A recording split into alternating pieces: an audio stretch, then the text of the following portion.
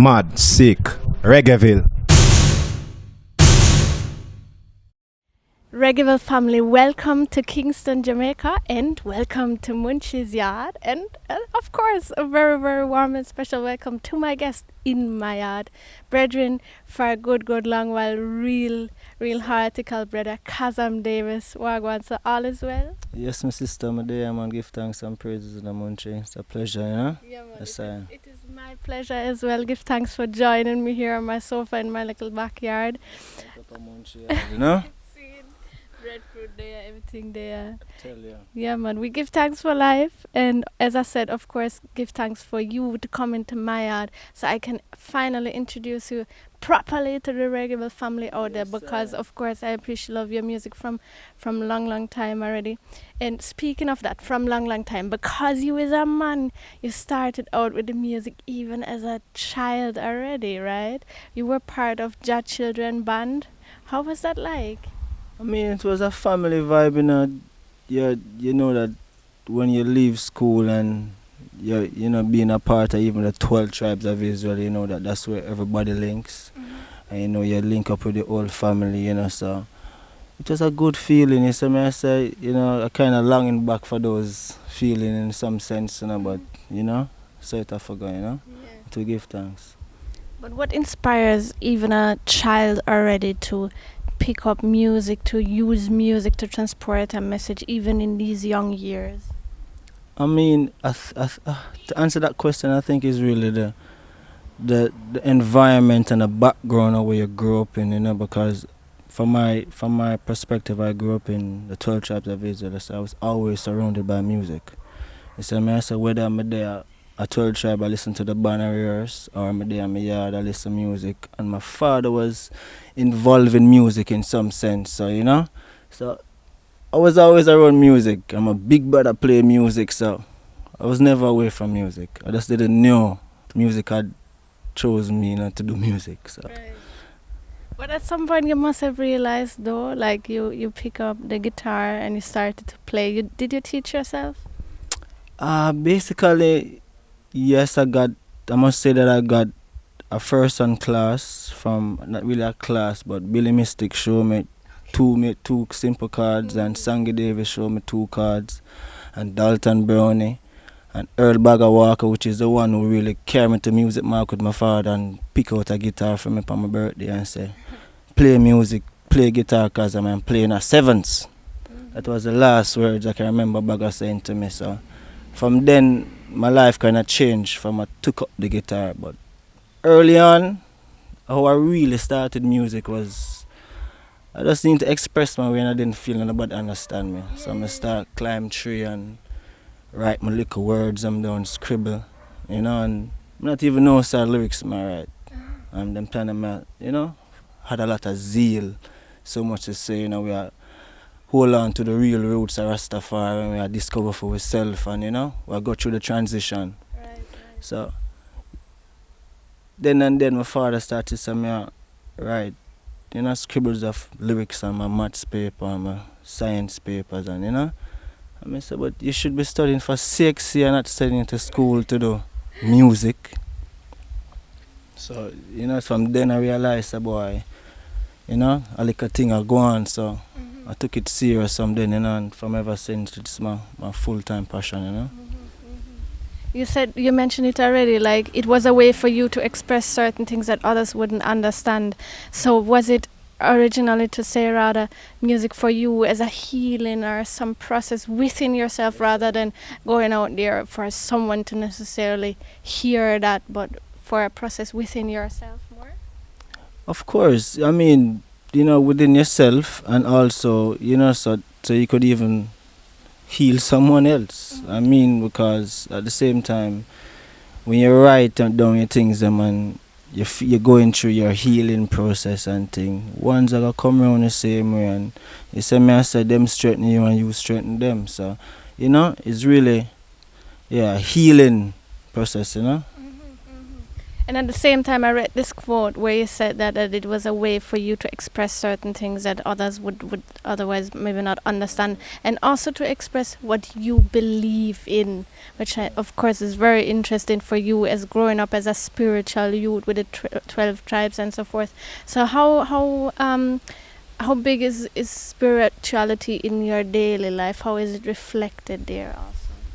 I mean, spirituality begins at within the inside of you, you know. So is when you find out, say, boy, you have that spiritual energy there. But spirituality on a daily basis is like, you know, a breath of fresh air. Is like, you know, a renewed day. You see me I say? So spirituality for me is like, you know, just doing good, you know, action, you know, doing the works, you know, living positive, staying positive, you know. Is a whole, because, and then again, spirituality is also private, you know. It's a message, so you have to balance. It's a message for me. You have to just read the Bible a chapter a day from Genesis 1 to Revelation 22, you know, and find the truth for yourself. You see me I say? I was encouraged to do that as from a young age from my father. We grew up and we read the Bible with family together. Same thing we do to my daughter. We read the Bible as a family. And we hold up humble vibes because of the teaching, because we know that spirituality is also a form of your feeling, where you feeling so, yeah. Eventually, all of that led to the wonderful music that you're sharing with us.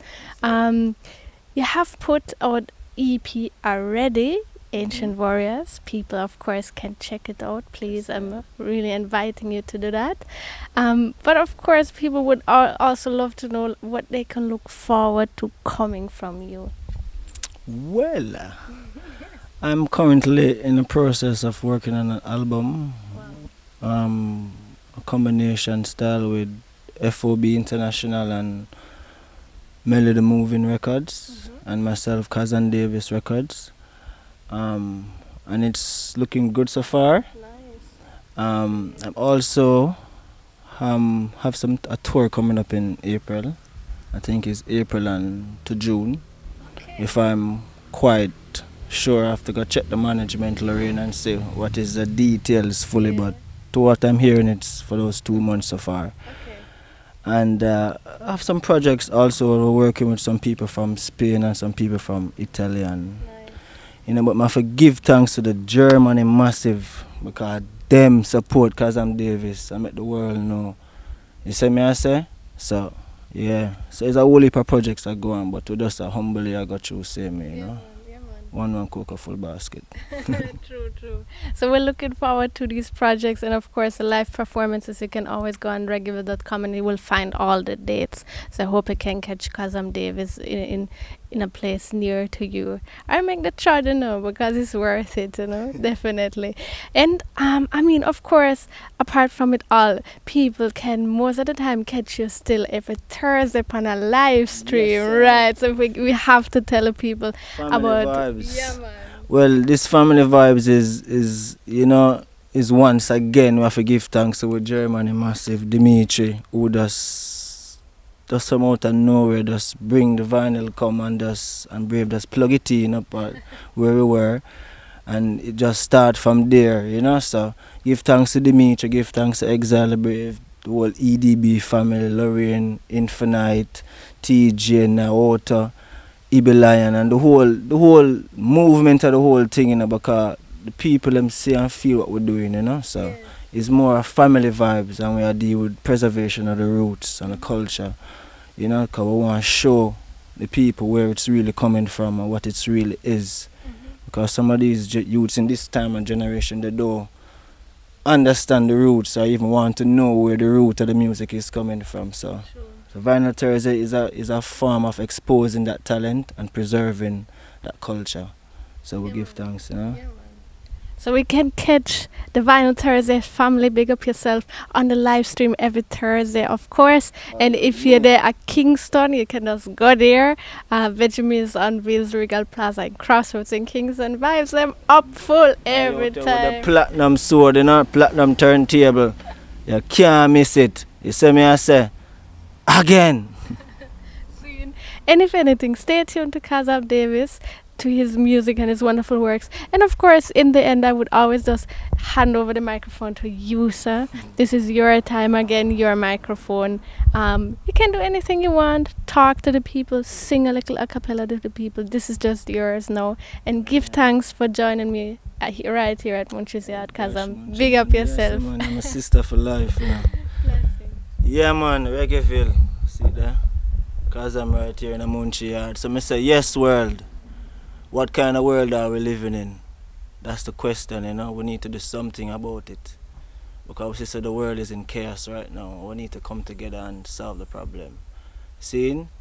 So, we're calling all of the ancient warriors them and all of the ancient warriors them and those who have a mind and a heart within themselves to make certain changes. See?